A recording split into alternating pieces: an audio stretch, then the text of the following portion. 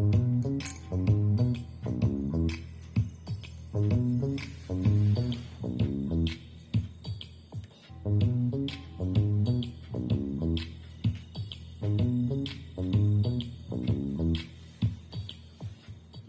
श्रोता बंधु आपणक स्नेह श्रद्धा शुभकामना भल पाइबा जोगु आपण मानक अनुरोध रे आपणकर प्रिय बाटेघाटे कार्यक्रम को पुणी थरे नहीं आसीछि मो स्मिता।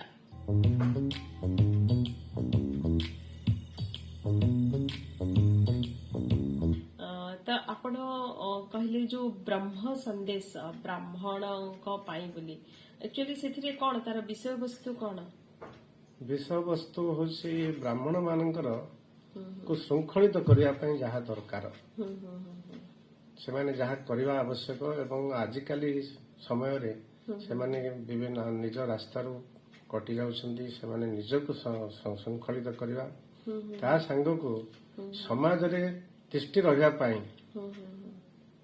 किछि दरकार पड़छि विभिन्न आजिकाली जाति संबलित असुविधा होची चाकरी बाकरी क्षेत्र में असुविधा होची सेही जिनिस ऊपर आमे फोकस करू एवं सरकार को एथिलागी सचेतन कराओ।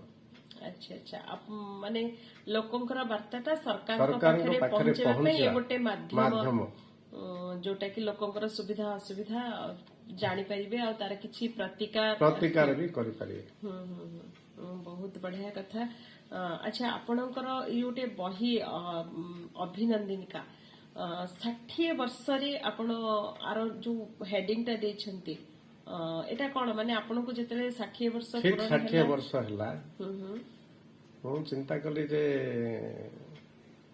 मो संपर्क रे बहुत लोक बहुत कथा कहउछंती भलो मंद इत्यादि जहाँ लिखिछि जहाँ करिछि परवर्ती समय रे के जति जानिया को चाहे ताहाले गोटे जीवनी हे पारिबो जीवनी और कृति मिसै देले गोटे हे पारिबो सेंती गोटे मन को आसिला सेथि लागि ए गोटे रुचि गोटे रहिला तेणु गोटे ठीक 60 वर्ष रे गोटे गेट टुगेदर हेतिला एंड समस्त जमा हेतिले मोर जो माने मते जो माने भलो पांती किछि किछि ता भितर निजर आर्टिकल दैछन्ती लेखा दैछन्ती विषय रे लिखि कि माने दैछन्ती आ विभिन्न पत्र पत्रिका रे भी जहा बाहरिछि एथिरे किछि संबलित करा हेछि इत्यादि।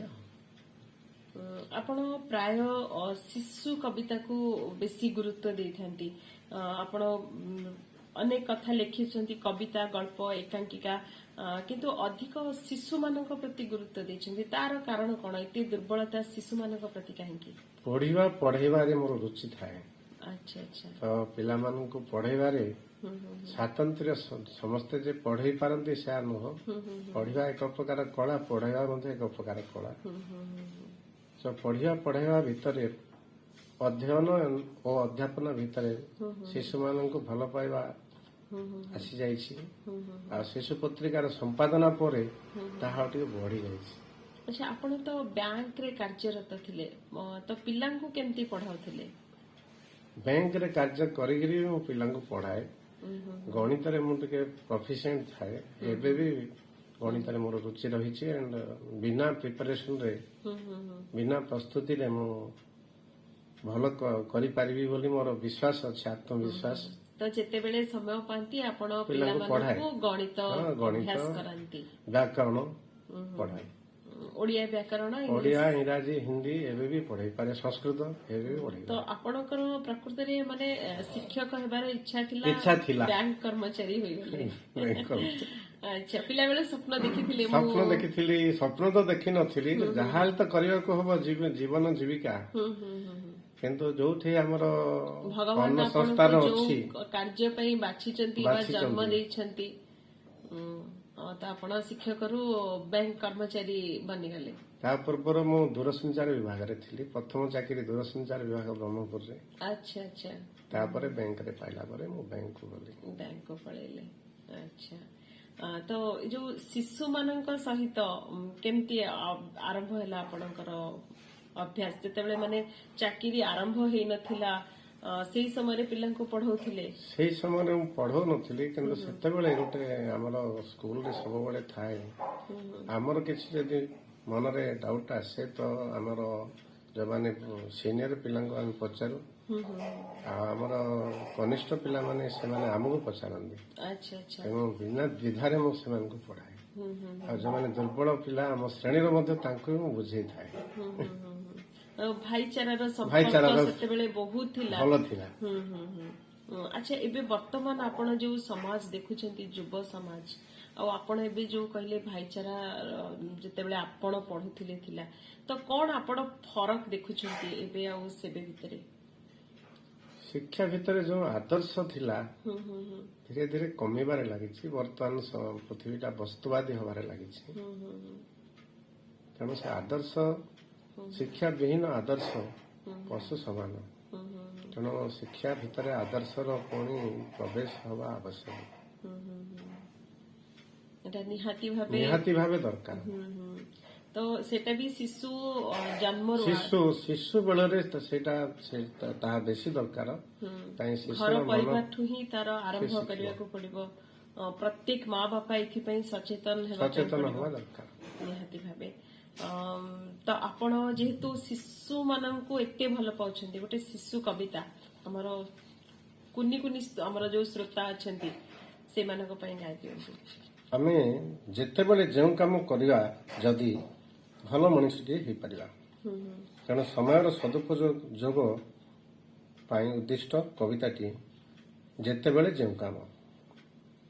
ପଢ଼ା ବେଳେ ପଢ଼ ପାଠ ଖେଳ ବେଳେ ଖେଳିବ ଯେତେବେଳେ ଯେଉଁ କାମ ମନ ଦେଇ କରିବ। ପଢ଼ା ବେଳେ ପଢ଼ ପାଠ ଖେଳ ବେଳେ ଖେଳିବ ଯେତେବେଳେ ଯେଉଁ କାମ ମନ ଦେଇ କରିବ। ସଞ୍ଜ ସକାଳରେ ନୀତି ପ୍ରଭୁ ନାମ ସୁମରି ଅଭ୍ୟାସ କରିବ ପାଠ ଗୁରୁ ନାମ ଉଚ୍ଚାରି। ଗୁରୁଜନ କଥା ଭକ୍ତି ଭରେ ପାଳିବ ତାଙ୍କର ଆଶିଷ ଲଭି ବଡ଼ ଲୋକ ହୋଇବ। ଖେଳ ବେଳେ ଖେଳିଯିବ ମନ ହେବ ପ୍ରଫୁଲ୍ଲ ସୁସ୍ଥ ଦେହେ ସୁସ୍ଥ ମନ ଅଟେ ସିନା ଅମୂଲ। ଆନନ୍ଦେ ଖାଇବ ଯାହା ମା ଦେବେ ଆଦରେ ବାପା ଭାଇଙ୍କ ଆଦେଶ ମାନି ନେବ ସାଦରେ। କାହା ମନେ ଦେବ ନାହିଁ କେବେ ହେଲେ କଷଣ ସତ ମିଠା କଥା କହ ଗଲେ ଯାଉ ପରାଣ। ବେଳ ଗଡ଼ିଗଲେ କିଆଁ ମନ ଦୁଃଖ କରିବା ଯେତେବେଳେ ଯେଉଁ କାମ ଆସ ଭାଇ କରିବା। ବେଳ ଗଡ଼ିଗଲେ କିଆଁ ମନ ଦୁଃଖ କରିବା ଯେତେବେଳେ ଯେଉଁ କାମ ଆସ ଭାଇ କରିବା। ଯେତେବେଳେ ଯେଉଁ କାମ ଆସ ଭାଇ କରିବା। ବହୁତ ବଢିଆ। ପିଲାମାନଙ୍କ ପାଇଁ ଏଇଟା ଗୋଟେ ଉପଦେଶ ମୂଳକ କବିତା ଥିଲା। ଶିଶୁମାନଙ୍କ ମନରେ ପ୍ରାୟ ଆମେ ଦେଶଭକ୍ତି ଭରିଦେବା ପାଇଁ ଚାହୁଁ ବା ଦେଶଭକ୍ତି କବିତା ଆପଣ ଯାହା ଆପଣଙ୍କର ରଚନା କରିଛନ୍ତି ସେମିତି ଗୋଟେ କବିତା ଆମର ଶିଶୁମାନଙ୍କ ପାଇଁ ରଖନ୍ତୁ। ଦେଶଭକ୍ତି କବିତା ବିଭିନ୍ନ ସମୟରେ ମୋ ଲେଖନୀରୁ ଆସିଛି। ସେଥିରୁ ଗୋଟିଏ ଆବୃତ୍ତି କରୁଛି। ଜନନୀର ଆହ୍ୱାନ। ଭାରତ ମାତା ମୌନ ଡାକ ବାଜେନା କିତ କାନେ ତୋପରି ସୁତ କିବା କହତ ସୁପ୍ତ କି ମୌନେ। ବନ୍ଦିନୀ ବେଳା ଭାଳି ମନରେ ଆଖିରୁ ତାର ଲୋତକ ଝରେ ବିଦେଶୀ ହାତେ ପୁଣି କି ସତେ ବିକାଶ ହେବ ଦିନେ। ଆପଣା ରୁଟି ଆପଣା ମାଟି ସରଗ ସୁଖ ସେତ ଇତର ପାଦେ ଚାଲିକି କେବେ ଉଡ଼ାଇ ପାରେ ନେତ। ଆପଣା ରୁଟି ଆପଣା ମାଟି ସରଗ ସୁଖ ସେତ ଇତର ପାଦେ ଚାଲିକି କେବେ ଉଡ଼ାଇ ପାରେ ନେତ। ଏବେ ବି ଅଛି ବେଳ ହୁଅ ନା ହୀନ ବଳ ଆଗେଇ ଚାଲ ସଦର୍ପେ କୋଟି ସୁତ। ବହୁତ ବଢିଆ। ମୁଁ ଆଜି ଯାହା ଆପଣଙ୍କ ସହିତ କଥାବାର୍ତ୍ତା ହେଲା ବେଳେ ଆପଣଙ୍କ ସାଙ୍ଗଙ୍କ ଠାରୁ ଶୁଣୁଥିଲି କିଛି ଆପଣ ସମାଜ ସେବାମୂଳକ କାର୍ଯ୍ୟ ବି କରନ୍ତି। ଯେମିତି ବହୁତ ଆମର କବି କବୟିତ୍ରୀ ସେମାନଙ୍କର ବହୁତ ଲେଖା ସେମାନେ ଲେଖିଛନ୍ତି କିନ୍ତୁ ତାକୁ ପ୍ରକାଶିତ କରିପାରୁନାହାନ୍ତି। ସେମାନଙ୍କୁ ଆପଣ ସାହାଯ୍ୟ କରନ୍ତି ବୋଲି ମୁଁ ଶୁଣିଲି। ତ ସେଟା କେମିତି ଆପଣ ଜାଣନ୍ତି ବା ସେମାନଙ୍କୁ ଖୋଜିକି ପାଆନ୍ତି ବା ସେମାନଙ୍କୁ କୋଉ ପ୍ରକାର ସାହାଯ୍ୟ କରନ୍ତି? ଯେଉଁମାନେ ମୋର ସଂସ୍ପର୍ଶରେ ଆସିଛନ୍ତି ଲେଖାଲେଖି କରନ୍ତି କିନ୍ତୁ ଲେଖିବା ପାଇଁ ସେମାନେ ସେମିତି କିଛି ବାଟ ପାଇପାରୁନାହାନ୍ତି ତାଙ୍କୁ ମୁଁ ଏନକରେଜ କରେ ଯେ ଆପଣମାନେ ଲେଖି ଚାଲନ୍ତୁ ଭଲ ତ ହବ। ଭୁଲରୁ ହିଁ ଭଲ ହୁଏ। ଆଉ ଅଭ୍ୟାସ ଆପେ ଆପେ ଅଭ୍ୟାସ ବଳରେ ଆମେ ଆଗକୁ ଯାଇପାରିବା। ଆଉ ମୋର ରିଟାୟାରମେଣ୍ଟ ପରେ 10ରୁ 15 ବହି ପ୍ରକାଶିତ ହେଇଛି। ମୋର ପ୍ରେରଣାରେ। ଆଚ୍ଛା ଆଚ୍ଛା। ଏବେ ଖୁବ୍ ନିକଟରେ 3ଟି ବହି ପ୍ରକାଶ ପାଇଲା। କଣ ବହି ଗୁଡିକର ନାମ ଆମର ଶ୍ରୋତା ମାନଙ୍କୁ ଟିକେ କହିଦିଅନ୍ତୁ। ବହି ଗୁଡ଼ିକର ନାଁ ହଉଛି, ଗୋଟିଏ ହଉଛି ହୃଦସ୍ୱିନୀ, ସୀତାଙ୍କ ବିଷୟରେ ଗୋଟେ କାବ୍ୟ, ଯୋଉଟା 200 ପୃଷ୍ଠାର ଗୋଟେ କାବ୍ୟ। ଆଉ ଗୋଟେ ହଉଛି ଆମର ଗୀତା ମାଧୁରୀ, ସେଇଟା ମଧ୍ୟ 150 ପୃଷ୍ଠାରୁ ଅଧିକ ହବ। ଜଣେ ମା ଲେଖିଥିଲେ, ସେ କିନ୍ତୁ ପ୍ରକାଶ କରିପାରୁନଥିଲେ। ଆଚ୍ଛା ଆଚ୍ଛା। ଆଉ ଗୋଟେ ହଉଛି ବୋଉର ଦୁଃଖ ଓ ଅନ୍ୟାନ୍ୟ ଗଳ୍ପ, ଇଏ ଜଣେ ଗାଳ୍ପିକ ମୋର ସାଙ୍ଗ ପ୍ରକାଶ ଚନ୍ଦ୍ର ମୁନି, ସିଏ ଲେଖିଥିବା କବିତାକୁ ଆପଣ ତାକୁ ପ୍ରକାଶ କରିବାରେ ସାହାଯ୍ୟ କଲେ। ତ ଆପଣ ଏବେ ଯୋଉଟା କହିଲେ ସୀତାଙ୍କର ବିଷୟରେ ଯୋଉଟା କାବ୍ୟ ଲେଖିଥିଲେ, ତାର ଥିମ୍ ଟା କଣ ଥିଲା? ଥିମ୍ ହେଲା ଯେ ଆଜି ବି ସ୍ତ୍ରୀ ମାନେ ହଉଛନ୍ତି ସମାଜରେ ପୂଜା। ସୀତାଙ୍କର ଆଦର୍ଶ ସେଥିରେ ବର୍ଣ୍ଣିତ। ରାମାୟଣକୁ ସଂକ୍ଷିପ୍ତରେ ତା ଭିତରେ ଝଲକ ଦିଆହେଇଛି। ଯଦିଓ ସୀତା ଶେଷରେ ପରିତ୍ୟକ୍ତା ହେଇଛନ୍ତି, ତଥାପି ସେ ରାମଙ୍କୁ ପ୍ରଶଂସା କରିଛନ୍ତି। ଏ କର୍ତ୍ତବ୍ୟ ଭିତରେ ରହି ସେ ଯେହେତୁ ପରିତ୍ୟାଗ କରିଛନ୍ତି, ତାଙ୍କର ବି ସେଥିରେ ଦୋଷ ନାହିଁ ବୋଲି ସେ ଲେଖିଛନ୍ତି। ଏଥିରେ ଉଭୟ କଥା ରହିଛି, ତ୍ୟାଗ ଏବଂ ସ୍ତ୍ରୀମାନଙ୍କର ତ୍ୟାଗ ଏବଂ ସ୍ତ୍ରୀମାନଙ୍କୁ ସମ୍ମାନ ଦେବା ତା ଭିତରେ ରହିଛି। ସ୍ତ୍ରୀ ନାରୀ ଜାତି ପ୍ରତି ସମ୍ମାନ ଅର୍ଥରେ ତାକୁ ରଚନା କରାଯାଇଛି। ତ ଆପଣ ଏତେ ଗୁଡିଏ ସବୁ ରଚନା କରିଛନ୍ତି, ଏଥିପାଇଁ ଆପଣଙ୍କୁ ତ ନିଶ୍ଚିତ ରୂପେ ଆମେ ଜାଣିଲୁ ଯେ ଆପଣ ସମ୍ମାନିତ ହେଇଛନ୍ତି, ଉପାଧି ପାଇଛନ୍ତି, କିନ୍ତୁ କେଉଁ କେଉଁ ଜାଗାରୁ ଆପଣ ସବୁ ଉପାଧି ପାଇଛନ୍ତି ବା ସମ୍ମାନିତ ହେଇଛନ୍ତି? ବିଭିନ୍ନ ସ୍ଥାନରୁ ବିଭିନ୍ନ ସମୟରେ ସମ୍ମାନ ମିଳିଛି। ଆମର ବ୍ରହ୍ମପୁରରୁ ପୁସ୍ତକ ମେଳାରୁ ଶିଶୁ ସମ୍ମାନ ପାଇଛି।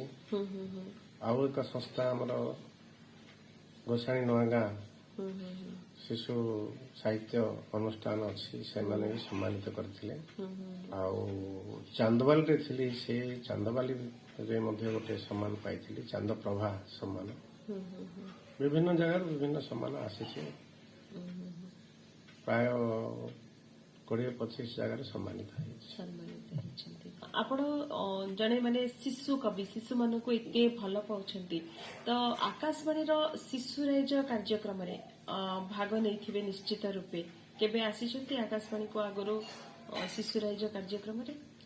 ହଁ, ଆମର ବ୍ରହ୍ମପୁରର ମୁଁ 2 ଥର ଶିଶୁରାଇଜ କାର୍ଯ୍ୟକ୍ରମରେ ଆସିଛି ଏବଂ କଟକରୁ ବି ଗୋଟିଏ ଥର କାର୍ଯ୍ୟକ୍ରମ ମୋର ଭାଗ ନେଇଛି। ତା ଛଡା ସମ୍ବଲପୁର ମଧ୍ୟ ଯୁବବାଣୀରେ ଥରେ ମୁଁ ଭାଗ ନେବାର ସୁଯୋଗ ପାଇଥିଲି। ଆଚ୍ଛା ଆଚ୍ଛା। ସମ୍ବଲପୁରରେ ଯେତେବେଳେ ମୁଁ କାର୍ଯ୍ୟରତ ଥିଲି, ସେତେବେଳେ ଗୋଟେ ଛୋଟ ଏକାଙ୍କିକାରେ ଭାଗ ନେଇଥିଲି।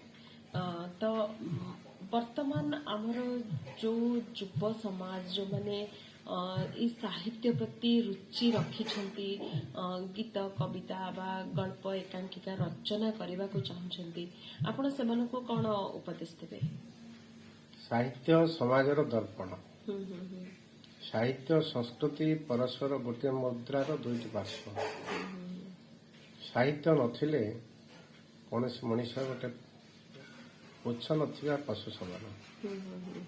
ତେଣୁ ସାହିତ୍ୟକୁ ଭଲ ପାଇବା ଆଉ ତାକୁ ପାଥେୟ କରି ଜୀବନକୁ ଆଗେଇ ନେବା, ସେଥିରେ ଜୀବନ ତଥା ଅନ୍ୟମାନଙ୍କର ମଙ୍ଗଳ ହେଇଥାଏ। ଆଉ ତା ଛଡା ଆମ ସାମାଜିକ ଜୀବନର ମଧ୍ୟ ମଙ୍ଗଳ ହେଇଥାଏ। ତ ଆପଣ ଆଜି ଆମର ଶ୍ରୋତା ବନ୍ଧୁ ମାନଙ୍କୁ ଅନେକ ଉପଦେଶ ଦେଇଛନ୍ତି, ଆପଣଙ୍କ ବିଷୟରେ ବହୁତ ତଥ୍ୟ କହିଛନ୍ତି, ଆପଣଙ୍କର କବିତା, ଗୀତ ଏବଂ ଆପଣଙ୍କର କାବ୍ୟର ଥିମ୍ ମଧ୍ୟ ଶୁଣେଇଛନ୍ତି। ମା ସରସ୍ୱତୀ ଆପଣଙ୍କ ଉପରେ ପ୍ରସନ୍ନ ହେଇଛନ୍ତି, ସେମିତି ମାଙ୍କର ଆଶୀର୍ବାଦ ସବୁବେଳେ ଆପଣଙ୍କ ପାଖରେ ଥାଉ, ଆପଣଙ୍କ ଜୀବନ ଆହୁରି ଖୁସିମୟ ଆନନ୍ଦମୟ ହେଉ। ଆକାଶବାଣୀ ତରଫରୁ ଆପଣଙ୍କୁ ଅନେକ ଅନେକ ଧନ୍ୟବାଦ। ନମସ୍କାର। ସେଥିଲାଗି ଆକାଶବାଣୀ ପାଇଁ ମଧ୍ୟ ମୁଁ କୃତଜ୍ଞ। ଆପଣଙ୍କୁ ବି ଧନ୍ୟବାଦ। ନମସ୍କାର। ଶ୍ରୋତାବନ୍ଧୁ, ଆପଣ ଯଦି ବାଟେ ଘାଟେ କାର୍ଯ୍ୟକ୍ରମରେ ସାମିଲ ହୋଇ ଆପଣଙ୍କ ଅନୁଭୂତି ବାଣ୍ଟିବାକୁ ଚାହୁଁଛନ୍ତି କିମ୍ବା ଆପଣଙ୍କ ଅଞ୍ଚଳରେ ଯଦି କେହି କଳାକାର, ଶିଳ୍ପୀ, ସମାଜସେବୀ, ସାହିତ୍ୟିକ, କବି, ଲେଖକ ଲୋକକଳା ଯେକୌଣସି କ୍ଷେତ୍ରରେ ସଫଳ ଅର୍ଜନ କରିଥିବା ବ୍ୟକ୍ତି ବା ଅସାଧାରଣ ବ୍ୟକ୍ତିତ୍ୱର ଅଧିକାରୀ ଥାନ୍ତି ତେବେ ଆମ ସହ ଯୋଗାଯୋଗ କରିପାରିବେ। ଏଥିପାଇଁ ଆପଣ ବାଟେଘାଟେ 1980@gmail.com ମାଧ୍ୟମରେ କିମ୍ବା ଆପଣ ଆମକୁ ଚିଠି ମାଧ୍ୟମରେ ଆପଣଙ୍କର ସମ୍ପୂର୍ଣ୍ଣ ଠିକଣା ସହ ଫୋନ ନମ୍ବର ଲେଖି ଆମ ପାଖକୁ ପଠାନ୍ତୁ। ଆମ ପାଖକୁ ଚିଠି ପଠାଇବାର ଠିକଣା ହେଲା ବାଟେଘାଟେ କାର୍ଯ୍ୟକ୍ରମ ମାର୍ଫତ କେନ୍ଦ୍ର ନିର୍ଦ୍ଦେଶକ ଆକାଶବାଣୀ ବ୍ରହ୍ମପୁର ଆଉ ପିନକୋଡ ନମ୍ବର ହେଲା 760001।